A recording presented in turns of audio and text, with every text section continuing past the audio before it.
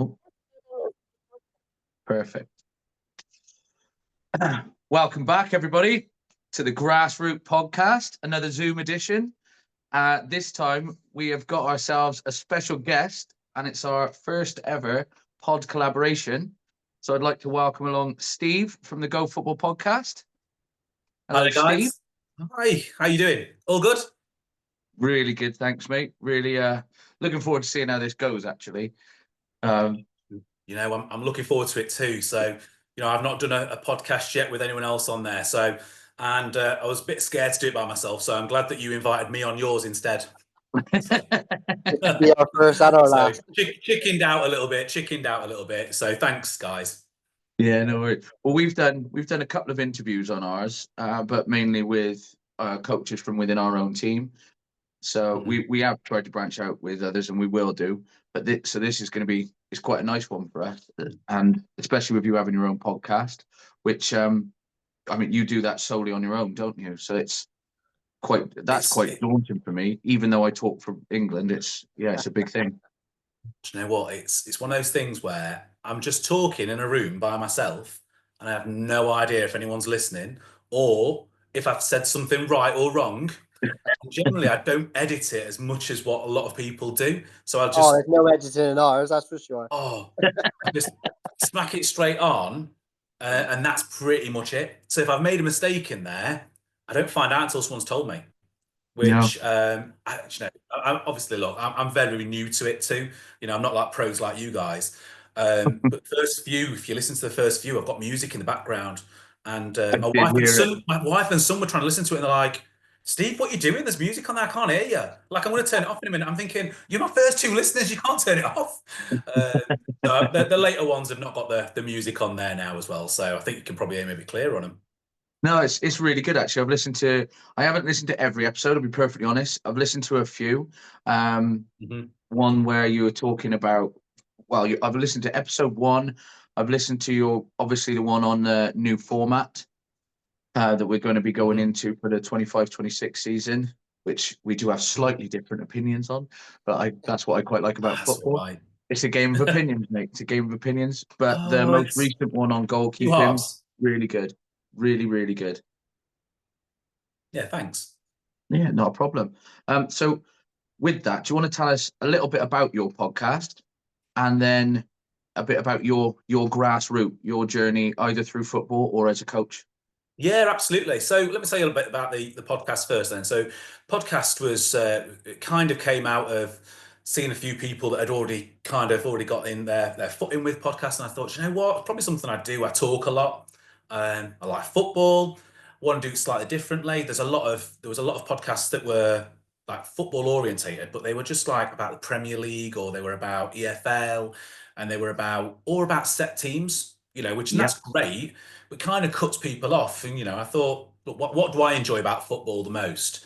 Look, everyone likes the Premier League, everyone likes a World Cup, everyone likes the Euros, but really, where are people really get the most impact from football, and what gets the most impact? And it's grassroots. So, cool. I'm involved in grassroots. So I just thought, you know what, I'm going to focus it on grassroots. I'm going to focus it on coaches, because I think a lot of coaches, sometimes they're like heroes, aren't they? Like all coaches are, really, because they kind of volunteer. It's free time that they're giving up. It's time away from their families. It's all for the benefit of generally, younger children, really. Anywhere from little toddlers right the way through to teenagers. That's where that we get the biggest impact, and they're the ones that we want to fall in love with the game. So I wanted to do it for players, coaches, too. And then I thought, a lot of time parents, they're going to be taking their kids to games on Sundays. So I try my best to get it out on Saturdays, so that it can be listened to in the car on the way to the game, which is about 20 minutes long.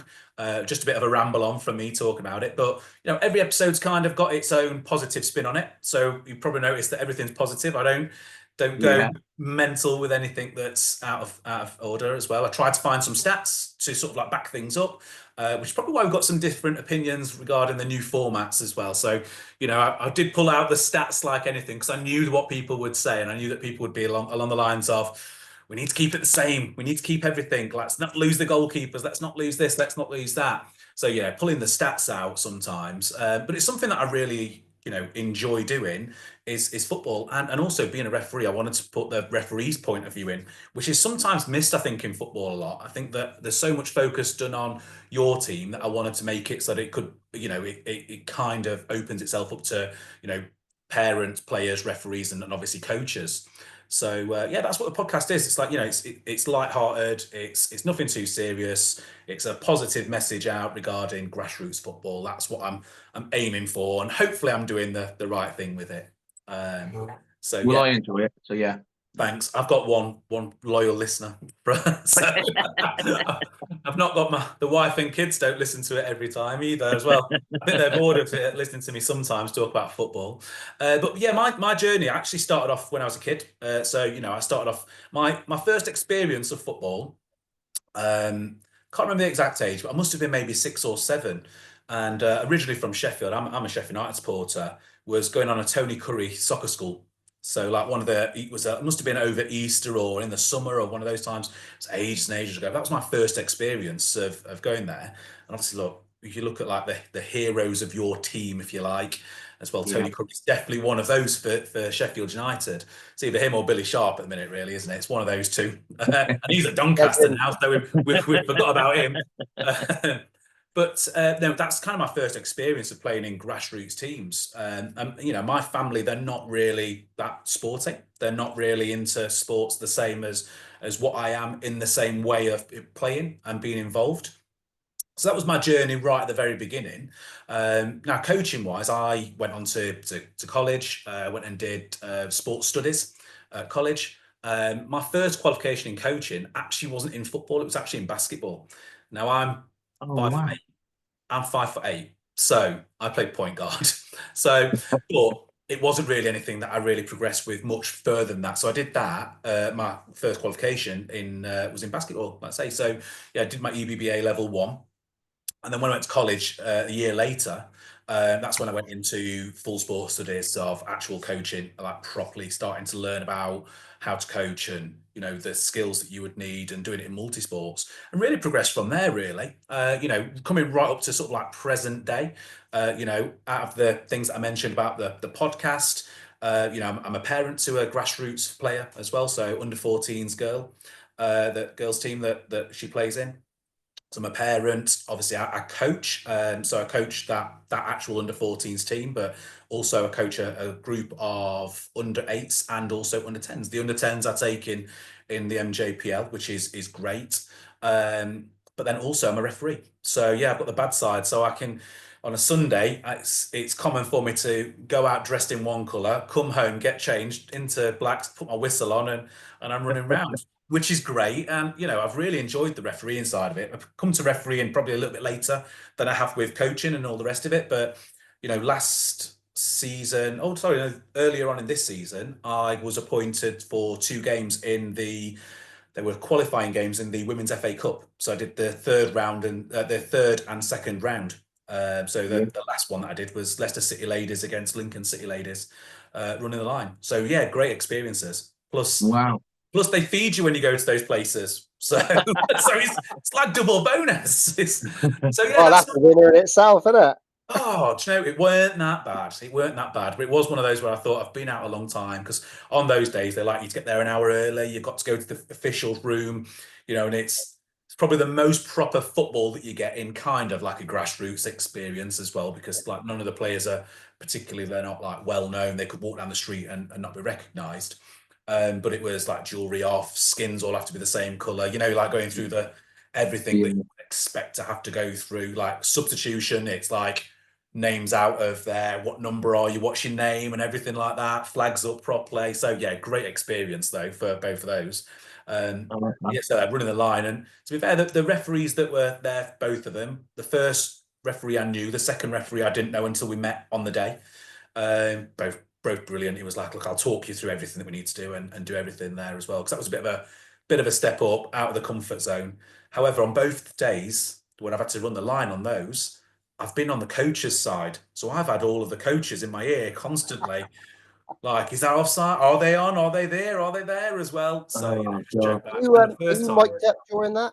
Are you mic'd up in that at that standard? No, No. not mic'd up. The closest we get to mic'd up in that one is that we have the buzzer flags. So if it's offside, I can press the buzzer and it buzzes on the ref's arm, so he knows that Okay. I'm buzzing him. Or if someone's down on the floor, I'll give him a little buzz so he knows something's happened on the pitch if he's got his back to it. I'm definitely investing in them for when we go 9v9. Oh, Honestly, our parents will just be pressing it accidentally all the time. Yeah. It's going to be so funny. yeah. Yeah, to be fair, it does make the referee look like he's got one massive arm as well because he's got the back on his arm as well. So yeah, but sometimes it's just give him a little buzz for nothing as well because the ref can't tell who's buzzing him. He can't tell if it's me or the other liner. It's just give him a buzz every so often, don't you? So, but that's my experience of coming into grassroots football and kind of where I'm at now. Oh, right. Well, I didn't even know that bit, buzzer. So that's taught me something. Oh, then do you know what? They're about 250 quid. But apparently you need to take the battery out of them because the batteries are running the whole time. So yeah, you always take some new batteries for us. But yeah, that referee always takes them too. I mean, I've just been appointed for the cup finals, which is the under-18s cup final too, as running one of the lines. So, but they're nice days because you get a fourth official too. So it's referee in the middle. I think I'm down as assistant one, so there'll be another assistant, and we got the fourth official too with it. So it's nice because when we're in the officials change room, it's not like you just sat there like on your own. Yeah, you've got somebody to talk to at least. I've turned up to sometimes to referee before, and there's been like bikes in there and stuff, and I'm like, how am I going to get changed in here? Like it's everyone's storeroom. That's what so many grassroots ref rooms are like. It's crazy. Do you know what? It's all about the kids for me, really. I enjoy watching the kids progress and get better, and that is one of the good things. And even if they progress good enough to leave to go somewhere else, that's really good, and I enjoy that too. And that's a good thing. So I don't mind if it's a bit, but not so nice for us when we turn up. But as long as kids all enjoy it and they're all having fun and learning, that's kind of what it's like, really. I think that's what it's all about. Cool. Nice. Well, for the benefit of your podcast, when this goes out on yours as well, Winnie and I are from the Grassroots podcast. I don't have much of a grassroots journey. I started playing football when I was 21. I pretty much finished when I was 29. And that is my football journey. Got a couple of trophies, a couple of medals along the way, and that's about it. My journey really has started whilst I was coaching, but people hear enough about my side of it because I do an en route and off route every single week with my boy. So I think it's best for Winnie to talk about his journey and what we do as a podcast as well. So I'll just hand it to him for this one. Well, I had trials for West Ham. How's your knee? Because it was clearly your knee that stopped you from playing professional. Yeah, I was pretty much the same as you. From the age of 6, started at a grassroots team. It was different when I was there. It was just two dads got together. We rocked up on a Sunday, played, and it was a lot different to how it is now. Went all the way through to 16s, and as soon as I was 16, I was working for a company who ran a local team. So I went down there, and I probably 2 or 3 clubs in between, and then I stayed at one club then for about 7 years before I felt it in the legs. I got I never had any injuries all through my football until the last one. It was hamstring then, and I went back too early because you always feel like it's all right, and then that was enough for me. But I was running the side as well at the time, and I just knew enough was enough. And now all I do on Saturday afternoons is shop. You get to that point, don't you, where you just think, you know what, one more little sprint, that's it, my life could be over. Honestly, you know what can I do to stay in football as well? It's either collect subs or coach. Exactly that. I literally had a 6-a-side game last night, and I realised why I stopped playing football, because I am aching all over. Did you turn into that all of a sudden? You go like, lads, I'll just play at the back. I'll play at the back. Yeah, I was like, I'll just be the pivot. I'll just get the ball and give it, and that is it. Yeah. Wherever you go, listen, every ball's going long. You keep running. I'll just keep playing long. It's a simple game. I'll just stand here and I'll just feed it, and that's enough for me. But like you said, I got an under-10s team. My boy plays. My eldest boy plays. I had his team probably about 4 years ago. he decided he didn't want to play football anymore. So I gave that one up and solely had these under 10s now. And now he's back into football, right? Last 12 months. Mm-hmm. So it's a little bit difficult. I don't get to watch him play as much as I'd like to because we play at the same times. But the ambition is he's 12, nearly 13. So 3 years' time, I will come out of retirement, even if it is just for a 10-minute sub appearance. It will just be for a 10-minute sub appearance. And you'll be subbed straight back off, I reckon, as well. It's either that or, listen, there's penalties. I don't mind taking one. I'll go on for anyone. I'll just go on for the penalties. Yeah, by the time I'm 40, both my boys will be old enough to play. So I just want one season with both my lads. And that'd be me made then. Yeah. That's all I want. But I listen to him talking like he'll get in the team. Yeah, well, I'll be running it. I'll have to make my own up.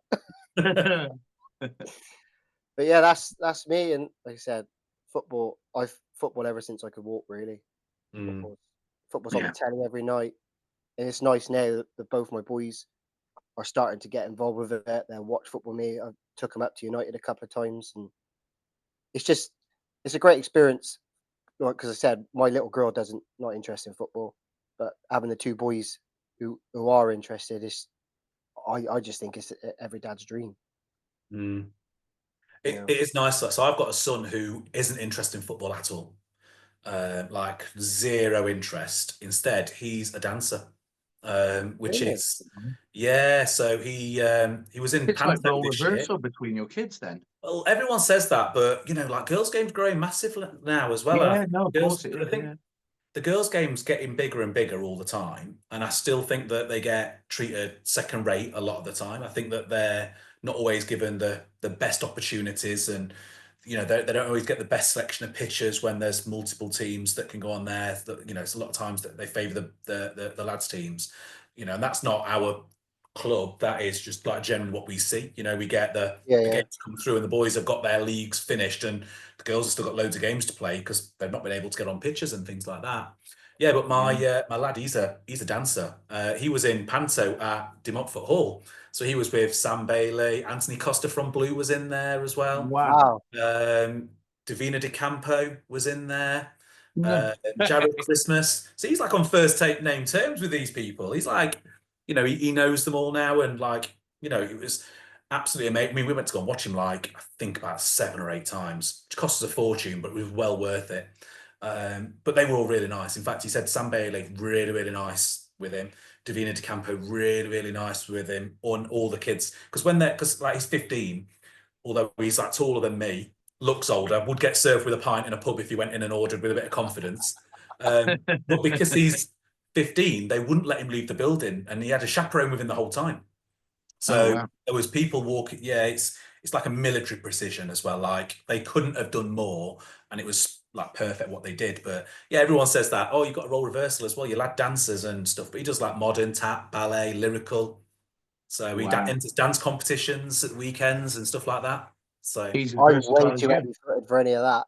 Yeah, he's that's what he's doing. But he's going into performing arts. I mean, that's his thing. But I did manage to take him to a football game at Sheffield United once, and I bribed him by saying that they had the best chips there. They don't sell chips at Bramall Lane. So he weren't happy.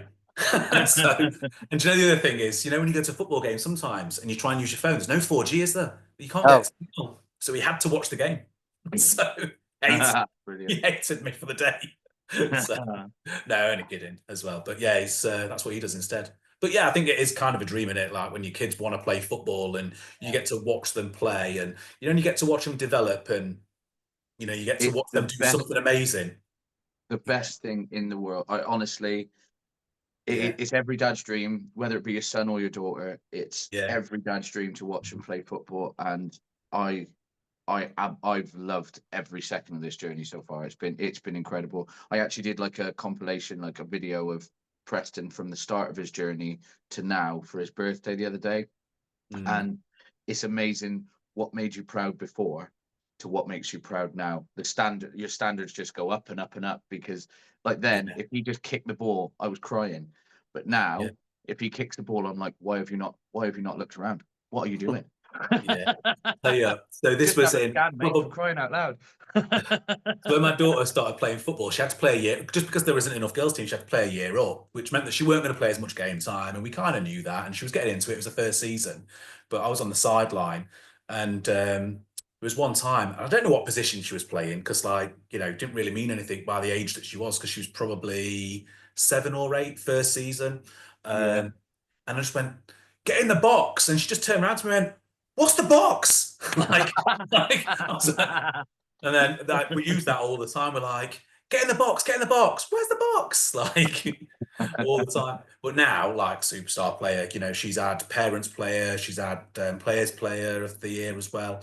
You know, she's had all rounder. You know, so she's done pretty well Oh, that's brilliant. since Well then done, too. mate. You know, going from that where, you know, as adults sometimes and as coaches, you sometimes expect people to just know what you're talking about, don't you? When you are saying it, like Yeah. I said, where's the box? Like, was get in the Yeah. box. Where's the box? Like, If you just haven't you been turned told to me where as the if to box is, say, I don't know yeah. what you mean. Like, you might as well stop shouting at me. So, Yeah, no, of course. Of course. It's kind of, it's what me and Winnie do with our podcast, is we're trying to raise awareness for all these different things within grassroots football, like all the things that coaches actually have to teach these kids. You as because, like Winnie said, it was always just like a dad that would turn up, or two dads that would turn up and just bring a bag of footballs. Kids would kick them around, and there'd be a game on a Saturday. Now you're expected to do a great deal more, and actually the level of football is, like you said, the level in football has increased dramatically because of, I think, because of social media, because of the amount of football that is available to kids, and the amount of people that are prepared to give their time. So we're trying to show everyone what we as coaches have to do, and it's what you think is just second nature. It's not second nature. These kids are, well, a lot of mine were 9 years old when I started coaching. Preston was, I think he was 7 or 8. I think he was 7. And they've had to learn all the terminology of football. And you don't even realize that you've got to teach it them, but you're in training and you have to tell them what time means. You have to tell them what go home means. I've said go home to kids, and they're looking, thinking that I'm telling them off. And it's so daft, isn't it? But it's as easy as that, isn't it? So yeah, that as a podcast, we're trying to raise awareness for coaches, for teams, certainly in our local area at the moment, but we're going to be worldwide soon, obviously. And yeah, we're also trying to just give back a little bit. So we do competitions and stuff for people to win. The most recent one we've done is for a pair of football boots, and a young lad won a pair of football boots, which is great. Not financially viable, some of it, but we're just going for it. Do a hand-me-downs though, right? That's what everyone. No, they're I'm all kidding. I'm brand new. joking. We'll go for it. It's more as well because we're you know very. what? There's we've just had a trade session now. One of the girls, the sole's coming off her boot, and she was like, "Steve, sole's coming off my boot. Like, you got anything to tie it up with?" And I was like, "Let me go and have a look in the first aid kit." And there was, like, literally nothing in the first aid kit to be able to tie it up. No tape or anything. No one's got anything. I was like, "Captain's armband might be all right." So I put the captain's armband around the bottom of her boot, and I was like, "Is that holding it?" She was like, "Yeah." I was like, "Go and play then." Like, perfect. Yeah. So yeah, hopefully we've not got a game this week, but hopefully next week she's gonna have a new set of boots. Either that or she's gonna glue these. We'll be running another competition, so all she's got to do is like and subscribe, and she's in for a chance. I'll send it straight to her parents then. Get straight on the bag. It looks like a fix though if they win now as well. I'll just send them out to go and buy some. So speaking of training and podcasts, we've both done a podcast on drills versus games, or game scenarios. Now, I'm more of an advocate myself for drills, just because of how it's helped my kids come on, and like things like I've just said, what I've had to teach them, because a lot of them had no inclination of football in the slight. Like they were turning up just to have a laugh, and I'm actually one of the more competitive people on this planet, so it's been real difficult for me. But Winnie's into game scenarios, so I think if Winnie takes the lead on his, and then I'll go into what I ended up doing and training, and how I ended up using his training, and it helped. I'm just a lazy coach, mate. I just rock up, cones out. There you go. Get the bibs out. 6 on 6. Literally, but no, I thoroughly enjoy game scenarios, because I'm quite fortunate. I've said many times I've got some very good lads in mine, and not so much teaching them the basics, but they're because they're a bit more advanced. They almost get bored sometimes with some of the drills that I do, and attention spans of them kids sometimes are low. But sometimes I just like literally like last couple of training sessions as they rock up, it's non-bib, bib, non-bib, non-bib. They play a game for 10, 15 minutes. Then I might go into something else and then back into a game. Sometimes it's a little bit of running, but again, half of them are just trying to trip each other up when they're running around. So at least if I get them in a game, they sort of engage. And that first 10 minutes, they sort of let off all the steam. Because we train on a Friday. And I don't know what days you train, but I sometimes find that Friday, they've had to be good at school all week. And sometimes, because I got all boys, a bit of testosterone, and they are like wild. It's almost like they've had a load of Haribo before they rock up. And that 10 minutes a game sometimes just de-stresses them, or should I say? And they're okay then. But I just really like the games, and not only that, I can get involved with it as well, or try. Just a couple of sprints, stay at the back, feed it out. Yeah, feed it out. Yeah, literally. Yeah. Pretend to go in goal. Don't let anyone score, obviously, because you don't want anyone to think you can score past you. That's what you do. Especially if it's your own shooting at you. Yeah, of course. Yeah, because you don't want that on the car journey home, do you? So, what's a normal training session for you, Steve? Because obviously you run a couple of teams. What's a normal training session for you with your girls' side? Yeah, so with the girls, I don't really treat them any different as far as how everything's structured. So yeah, I generally start with a game. So I start with a game for a couple of reasons. One is everyone turns up on time. Yeah. There's never a question of when are we going into a game. So yeah, I will start off with that. And I also, even before I go into a game on the weekends, is that it's a game-based warm-up that we do on the pitch, as opposed to drills and practices. We don't really do any shooting before we get started either as well, which a lot of people find quite strange. A lot of people like the 1-2 or the 2-touch pass shoot at the goalkeeper to get them warmed up. Is that to benefit your goalkeeper? You don't do that, because in your goalkeeping podcast, you said a lot of people do that, but realistically, the goalkeeper's just getting balls shot at him. Yeah, they just end up being they're there really a lot of the time. I think goalkeepers, if they're not treated right and you don't have the right practices for them, they are there to benefit your outfield players as opposed to developing a goalkeeper massively. Yeah. And if you think about goalkeepers, so I coach goalkeepers, and I did the goalkeeper course too. But if you think about a goalkeeper, if they're unopposed to something, they're probably always going to save it. So if you're doing high balls with them to catch the ball out of the air, and there's no one around them, they're probably going to catch 95% of them. But if you start putting defenders, attackers in place for them to think about space and awareness and can I come for that, can I not come for it, and start adding some interference into their play, then they might only catch 70%. That's still okay if they're catching that, because then you're making them think about decisions, so they're going to get better. But, if you just do again, high ball practice, just catching the ball, and then we go into a game at the weekend and all of a sudden we've got players on the pitch, they don't know whether to come for the ball or not come for the ball because they're not used to that or seeing that. But yeah, the reason why games I start with on just before an actual game, and we have a game-based practice, whether that be like a rondo or a quick overload or one of the other games we play or 1v1s, is we're starting the game after already playing. Like sometimes you see teams that they don't get into the game for the first 5-10 minutes. Yeah. And that's because they've not had any interference. So they're not used to the physical side of it. They're not, they're not prepared for it. So we can start the game as we want to, actually we want to start it, as opposed to having to feed into the game and get better as we go along. So that's why I do those pretty much all the time. There's not really a time where I would do like a passing practice or anything like that, because you're passing in your practices. Make sure that we've got things like overload. So we've got players that run out and pressing for the ball, and we've got like a lot of space that we're using, and we're making decisions quickly.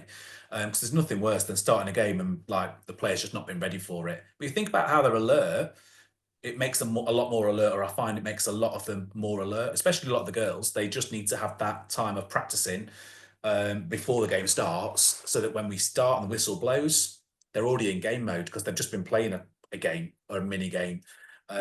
So generally I do that. Now at the sessions, generally go game first, Then we do a technical aspect as well. So we do technical practices of whatever we're learning, but whatever we're learning always feeds into the small-sided game that we're going to have. So if we're looking at things like end zones, and we're going to be looking at like core moves, so like straight run or diagonal pass, or the other way around as well. So a diagonal pass, straight run.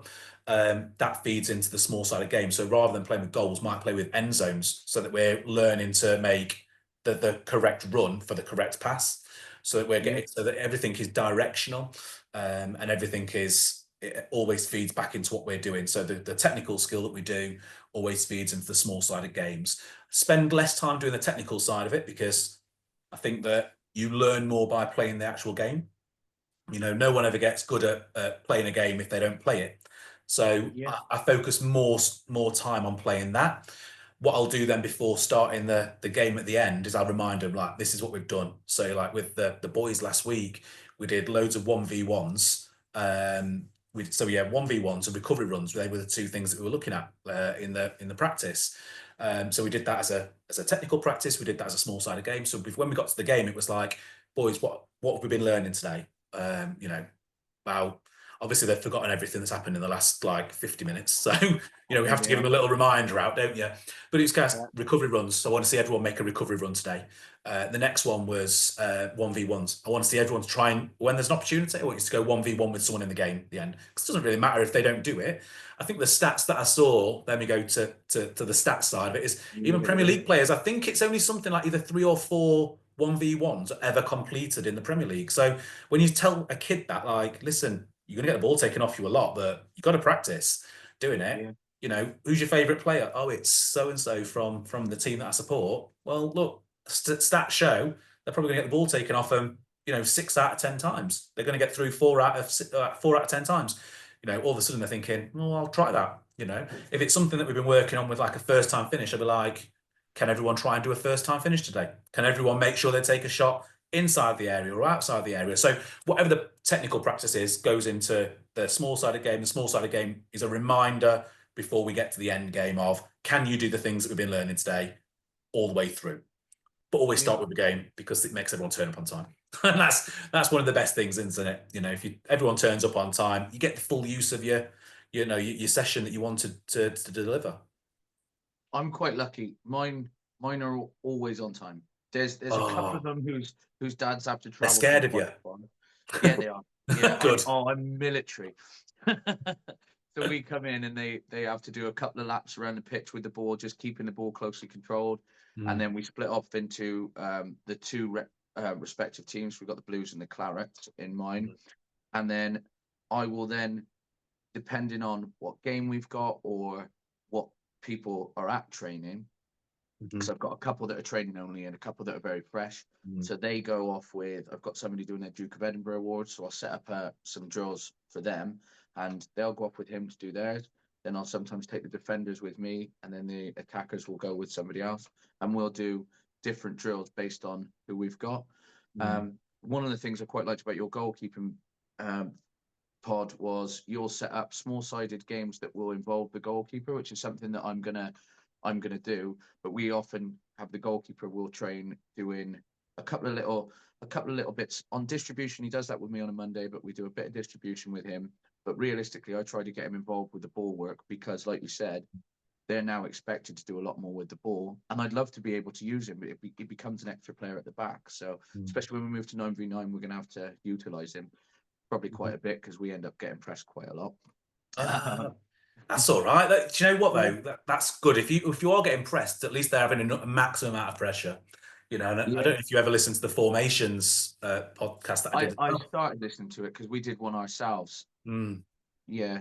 But I think that one good thing to do with young players is put them under maximum amount of pressure that you can do at every opportunity. They'll make better decisions in the end. They might get the ball taken off them loads, but as long as they understand, look, you're under maximum amount of pressure, you shouldn't win this as well. So, you know, you're going to get double points every time you do get out of your situation that you're under. Then that's great. So, like, my favourite formation at 7-a-side is 1-4-1. Yes. That's winning. So, yes. So, if you're saying all out attack. So yeah, 1-4-1, because most teams play this, you know, and you know, when I put out a bit of a poll to on Facebook, you know, it came overwhelmingly back that people played 2-3-1. So if they're only playing with one striker and we've got one defender, maximum amount of pressure, but it's not overloaded. You know, he's not overloaded. So play with your player there. Where are we going to win the ball the most? Probably in the middle. If you think about it development-wise, we're probably going to end up with playing with two in the middle, because even if you play at later stages of either 9-a-side or 11-a-side, you're probably going to play something like 4-2-3-1, or you're going to play 4-4-2, or you're going to play something along the lines where you're probably going to end up with two centre mids. You're probably going to end up with players playing wide. So you're starting developing that at that younger age group. You know, you're putting your one player under maximum amount of pressure. And again, you're putting your forward under maximum amount of pressure because he's overloaded, you know, but we're not letting goals in. So if he can get past his player on a 1v1, it's great development for him, but it's also great for the link-up play in the middle. Where your overload is where your two centre mids meet their centre mid. You've got an extra player there all the time. And if they are good at recovery runs... Genius. Tactical genius, I told you. Yeah. Is that what you do as well? He's described it so much better than you did, though, Winnie. You said, I'm really lucky because I got two lads in the middle that will work their socks off and want to run back and out Cobe in defence. Basically what I meant. I was just doing it in my posh voice. Yeah, So, but you know, and that's where the goalkeeper can kind of come into it too, because you can almost play between them. They can almost play... They could do an that extra defender. Yeah, kind of. Well, because you do see when you get into the stronger sides, their goalkeepers will quite often be miles off their line. They're out of their box sometimes, and they want to be involved in the game. My formation is, and it has been bred because the league that we got put in, we were in like the top league in Gloucestershire, and we were a development team last season, and there's definitely an argument for the fact that we could still be a development team.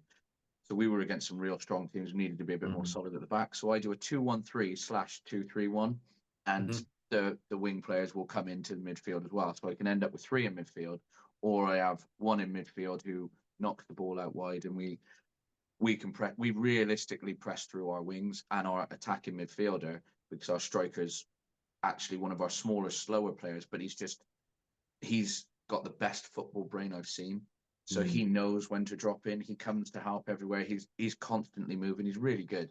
Really good. He's just smaller than everybody else, so he struggles to get everywhere. This is the other thing you get with playing four across the middle. So, you know, obviously with the retreat, if they're all on the halfway line, just get your forward to go and make them play. Just get your forward to go out and cut the play off. So if the ball's going from the keeper and it's going to the right-hand side, get them to go down the middle and come in across. So we're trying to cut the whole side of the pitch off. Get your players to stand on that, because they will give the ball away, and we steal it so often. Almost all of our goals come from a steal from them playing out from the back. Almost all of them. Now, the only thing I'm having to shout the whole time is like, hold your shape, don't be tempted, stay where you are, stay where you are. And as soon as that ball's kicked, it's like, steal it. And you know, we can break really, really quick, because we've got four players in a line. We can play either way, and we've still got a player that's forward. And as long as we cut them off and we only have one player there, we're in his own half. You know, we're in our own half, waiting for them to play the ball, and we force them to play, either trying to play through us or over the top of us. But as soon as they kick it, that's our trigger point to steal. So closest to where the ball is, they're the stealing player. If they can steal it, then we're great. We do have an advantage. Our goalkeeper is very good, especially at that age. And he takes, like I say, he takes our free kicks for us, even in our own half. And sometimes, like up to the halfway line, he'll take those. In fact, from the halfway line, he hit the bar this week from a free kick. So, I mean, he has to run back, and we do shout for him to run back and recover too. But I think he thought it was in, because I think his hands were like, oh no. And I was like, recover? You've got to get on the halfway line, get back. Like, sort of thing. But yeah, it's an important role with them. But that's the reason why I play 1-4-1 too. The only times I'd really change that is if you know when you go to a pitch and sometimes it's not a 7-a-side, it's like a 5-a-side pitch, and the width's not there. Sometimes we will drop to another player at the back. Then, yeah. But only because it's so quick to get forwards and backwards. Yeah. Speaking of keepers again, you actually brought to light something that I didn't know about, and you said it's because you're a referee, so you have to be in the know with all the rules. Although Winnie and I are often referees ourselves, but only because it's grassroots level, and sometimes you don't have somebody step up. I actually thoroughly enjoy it. At this age, I really enjoy it, and I have a real laugh with it. And you can help coach the kids through it as well. I know that some people don't like that, but I think it's a positive thing, because I do it with not just my own team. I'll do it with the opposition and try and help them through the game.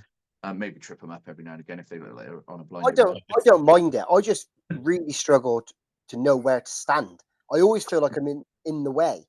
Like, no matter where I seem to go, the ball seems to head for me. It's like I'm a magnet for it. That's because you're wearing the same kit as the kids, so they keep getting past you. Because he's so used to being at the back as well. He's waiting for the ball to come to him. Distribute. Yeah, but yeah. So this new rule is the new 8-second rule. For goalkeepers, obviously playing it from their hands. If they take too long, if they take longer than the 8 seconds, instead of it now being an indirect free kick, it's now going to a corner. Yeah. And firstly, I didn't know about it. No, I didn't know either. Not for Grassroots. I heard about it in the Prem and stuff, but never in Grassroots. Yeah. I mean, the rules at the moment kind of get ignored. So the rule at the minute is 6 seconds. You know, that's the rule that we're supposed to go with. You know, but the thing is, I don't think it's going to affect Grassroots too much. And the reason why is that which referee is going to be stupid enough to blow for a 9-year-old kid holding onto the ball he's got 5 people shouting, kick it, roll it, kick it, roll it. Like, well, I might be that stupid on the weekend. You never know.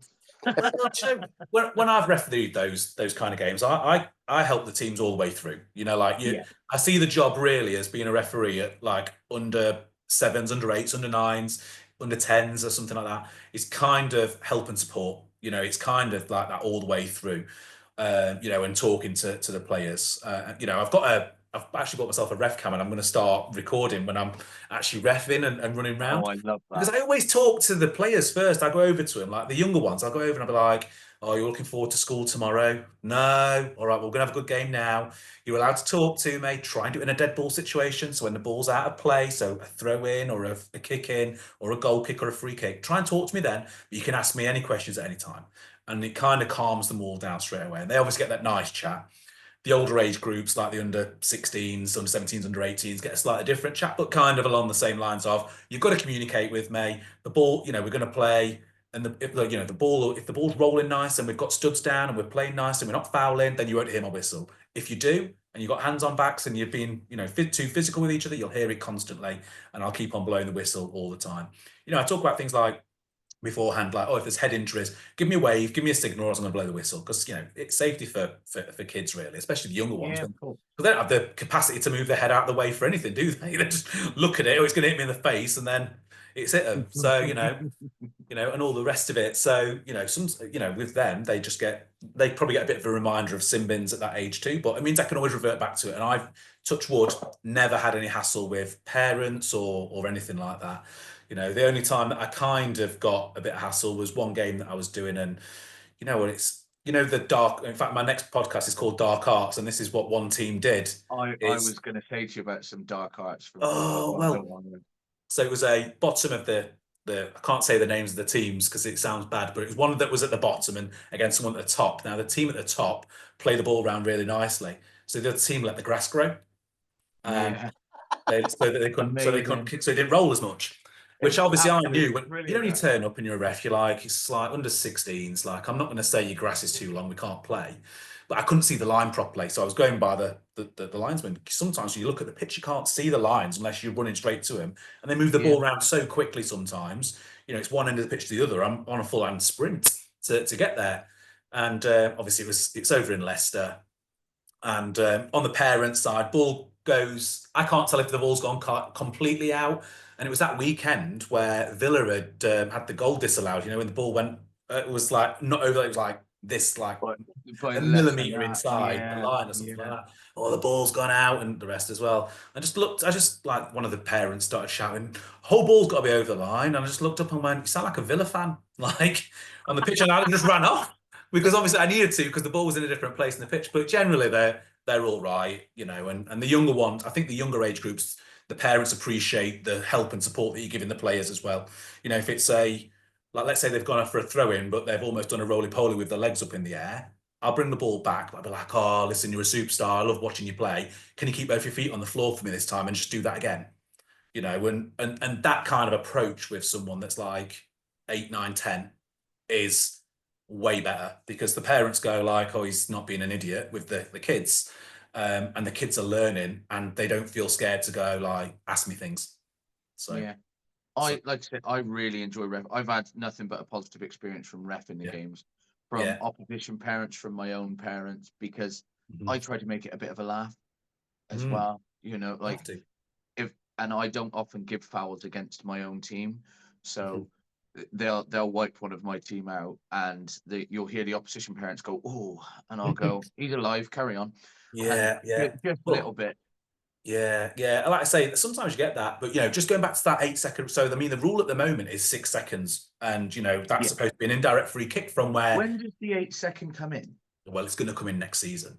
It's as of 20. It's next season. It's coming in. Yeah. Right. So yeah, IFAB go and do their whole thing, and they have their little secret society of like the rule changes that come out. But you know, the reason for it is that one, the 6 second rule doesn't really get enforced at the minute anyway, so it's kind of pointless. And where the ball was getting held, you know, if you're inside your 6-yard box as well, it's going to be on 6-yard lines where that indirect free kick's going to be. Yeah, of course. So the rule this time, from what we've been told at the moment as refs, is that after 2 or 3 seconds, you're going to give some sort of signal to the goalkeeper. So it might be tapping your watch, play, whatever it's going to be. It's going to be some sort of signal, and then you'll blow the whistle on 8 seconds if they haven't played. I think that what it's going to do is a couple of things. One is it will make goalkeepers play quick when it starts getting enforced, because it'll only take a few corners before goalkeepers think we need to play. But I think what it'll do is it'll keep a striker up, putting pressure on the goalkeeper to release the ball quicker, and have to kick it, throw it, you know, roll it out, you know, distribute it, or whatever they're going to do with it, probably a little bit quicker, which kind of like leads to more mistakes, but it's also going to lead to probably more goals. Because just think, if goalkeeper's going to be panicking and they're going to be thrown out, teams are probably going to press higher. Higher. 8 seconds is quite a long time, though, isn't it? You say that when you're watching it, but when you're holding it, true. Like I did say this actually. That's a very good point, because I did say to somebody after the Arsenal United game, and he was saying, "Oh, the keeper's at fault." Yeah, Raya could have definitely been further across, but he has got a wall protecting that area.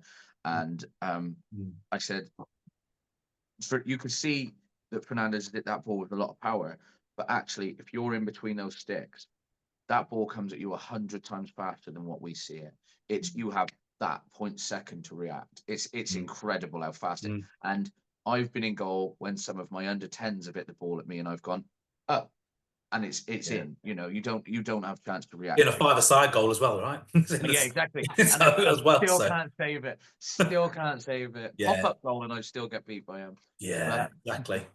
It's very difficult. But you know, in the Grassroots game, are officials really going to enforce that massively? If someone's doing it like constantly, and they are, you know, 30 seconds on the ball or something, like, the thing is, if the official's doing it right and they are counting and they're giving the signals for it to be played, it's probably not going to happen anyway, or it's going to be so close that you think 9 seconds, like it's 1 second, or 10 seconds, like they are going to play. But you also have to remember that all Grassroots is supposed to be development, really. You know, pretty much all supposed to be development. So let them keep on playing, but just add that there, that you can say, if someone is doing it, then do that. I mean, like, the rules change every season, but people don't always realise that all the rules do change, you know, and there's different parameters that you can look at. Like handball was another one that kind of changed, but wasn't really put in there, you know. I mean, in the EFL, they kind of put it in there that if it comes off your body, hits your hand, no advantage, then it's play on.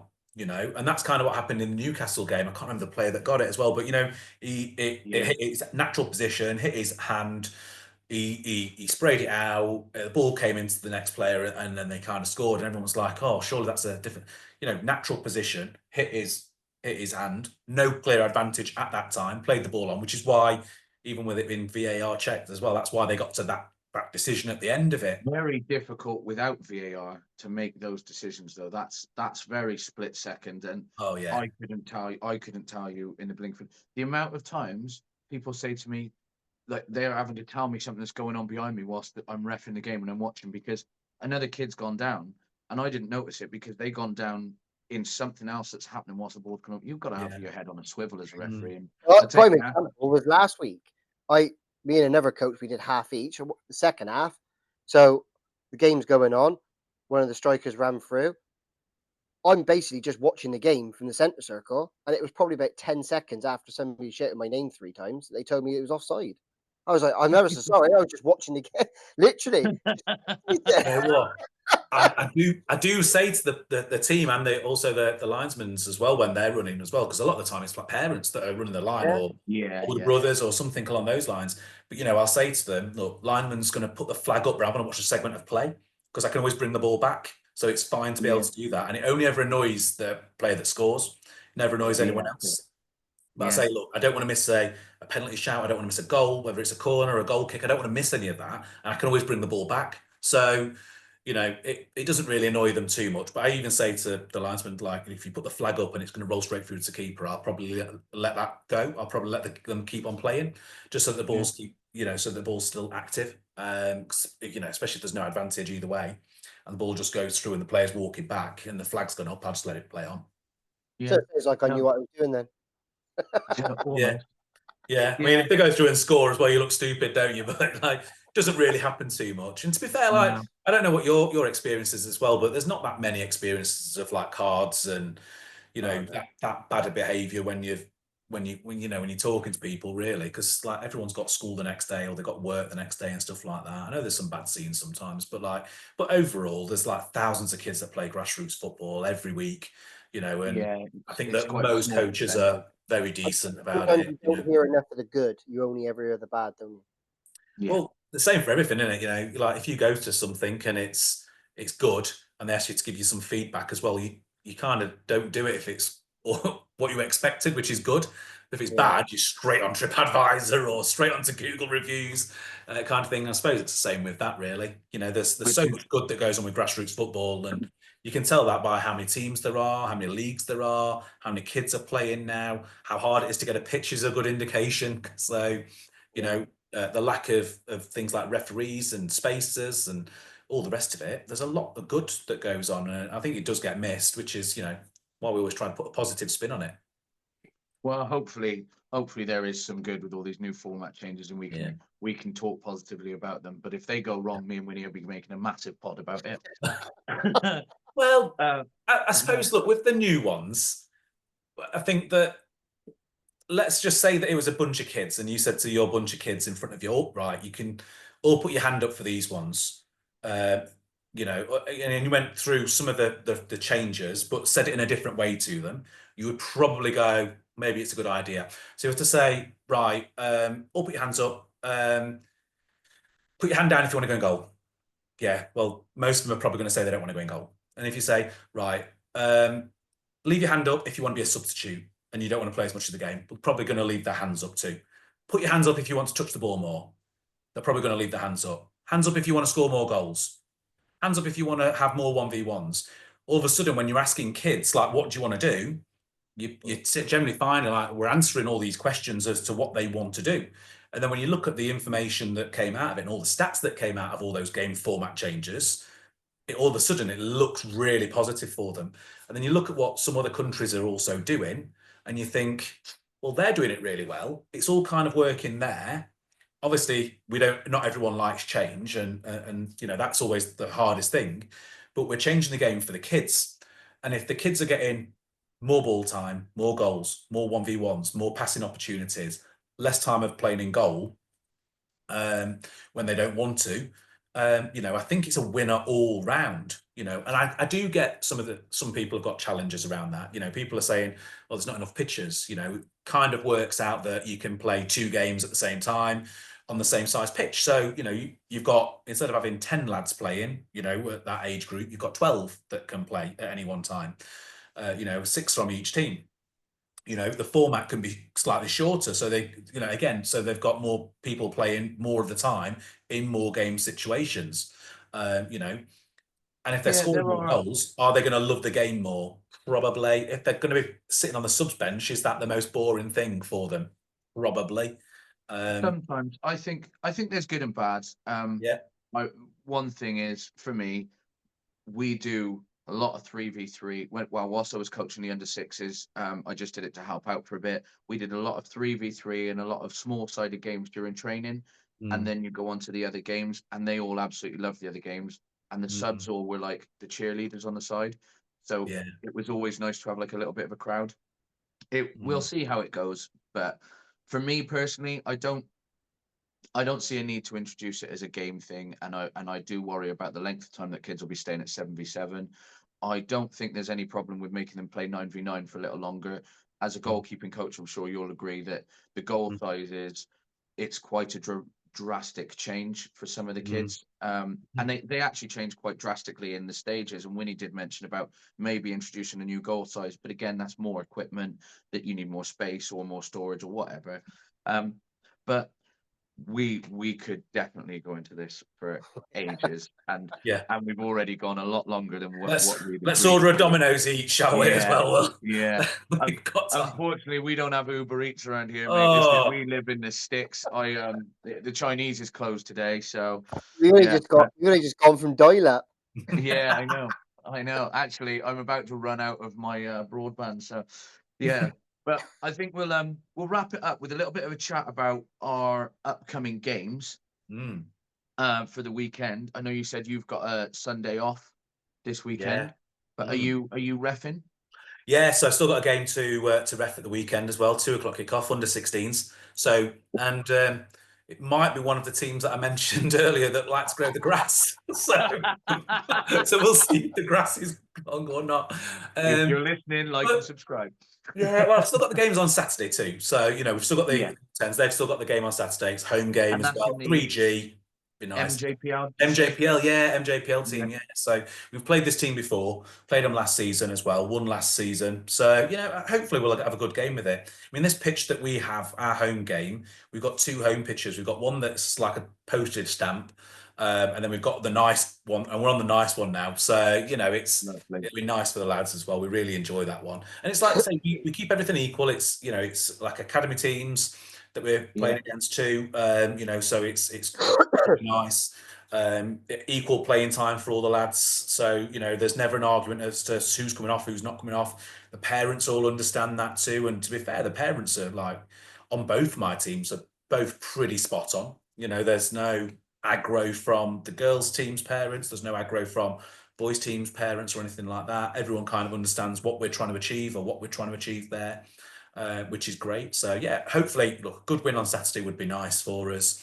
And then hopefully no one gets hurt on Sunday, and at 3:45 we get to go home for tea and everyone's happy. So lovely. Winnie, who have you got? Last league game Saturday, we got Hearts of Gloucester. Oh, nice. Yeah, it's another one because obviously playing in Europe, I don't know much about any team, so I've heard they're half about. So after Saturday's really good game, probably one of the best games of the season. I'm always feel confident with the boys, so it'd be nice to finish the league campaign with a win. Yeah, definitely. You've done all right in that league, playing. So you're under 10s playing in under 11s, just so you know, Steve. And you've done really well in that league, haven't you?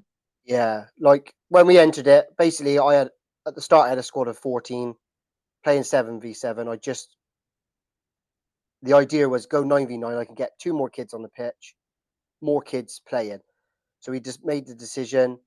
We went into the league, and I think out of 20 games, I think we've only lost 3. So that's great. I said at the start of the season, if we play 20, we win 10, we lose 10, I'll be happy. But they have just excelled.